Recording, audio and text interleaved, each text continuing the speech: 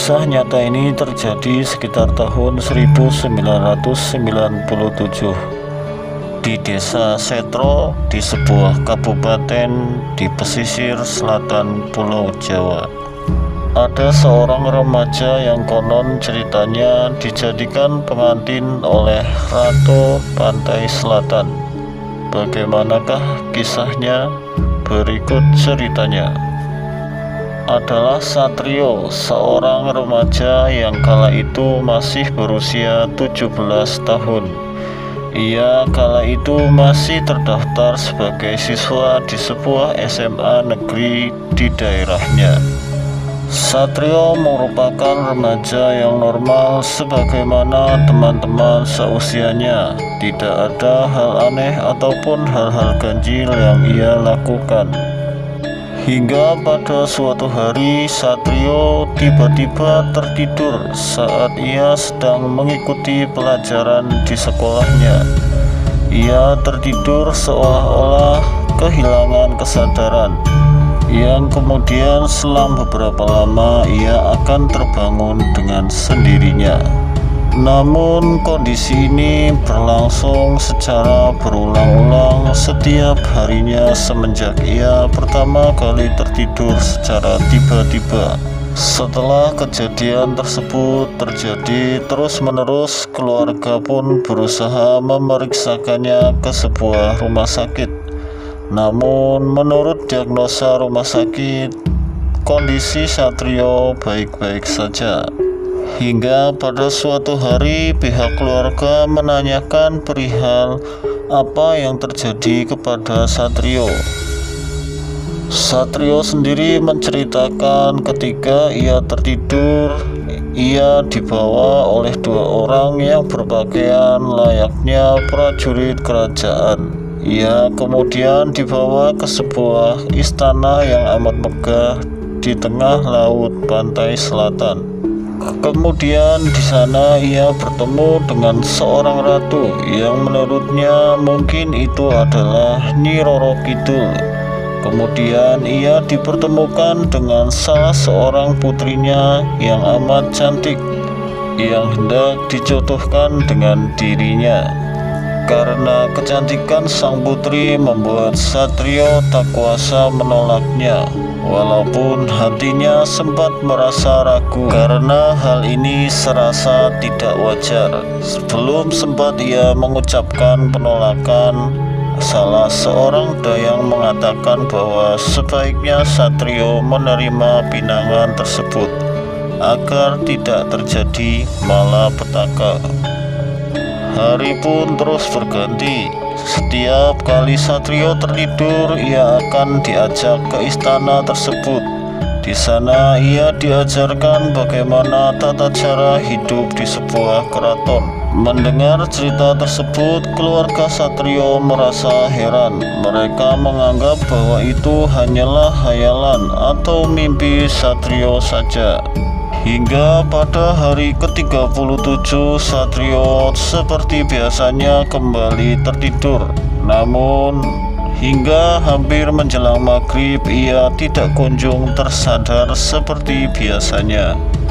Karena itu keluarga Satrio mulai merasa cemas dengan kondisi Satrio yang tidak kunjung terbangun.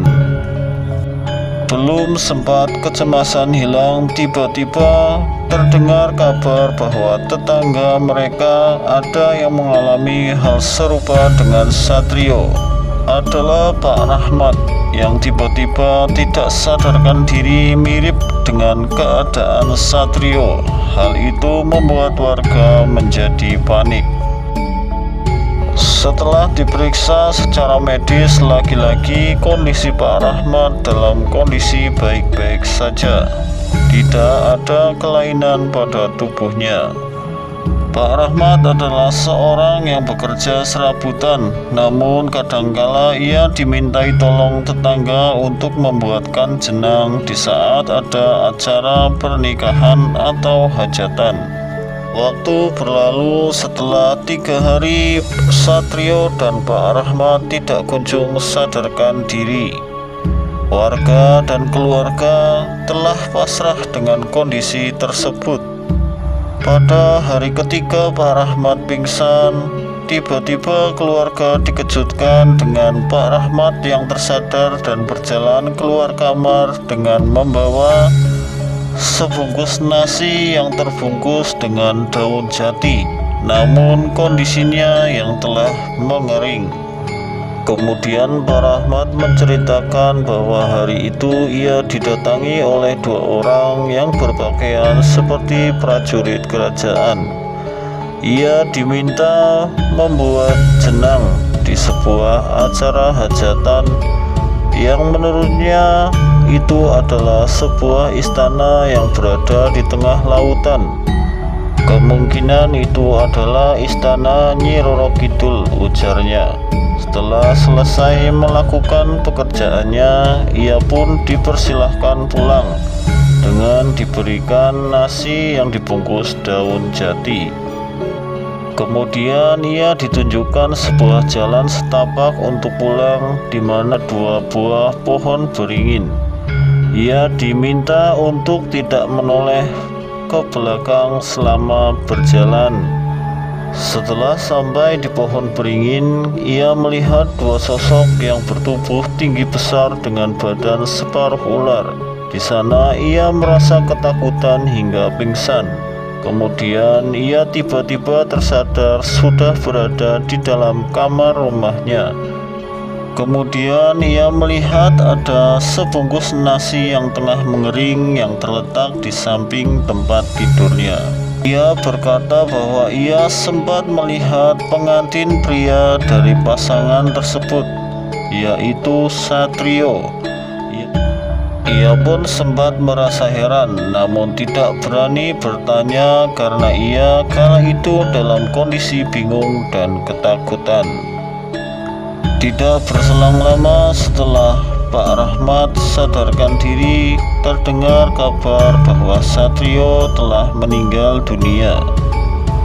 Karena cerita Pak Rahmat tersebut, warga percaya bahwa Satrio kala itu dipersunting oleh Nyi Roro Kidul untuk dijadikan pengantin pria dari para putrinya.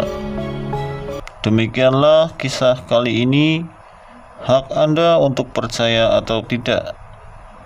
Jika ada kesalahan, mohon dimaafkan. Sampai bertemu lagi di kisah-kisah selanjutnya.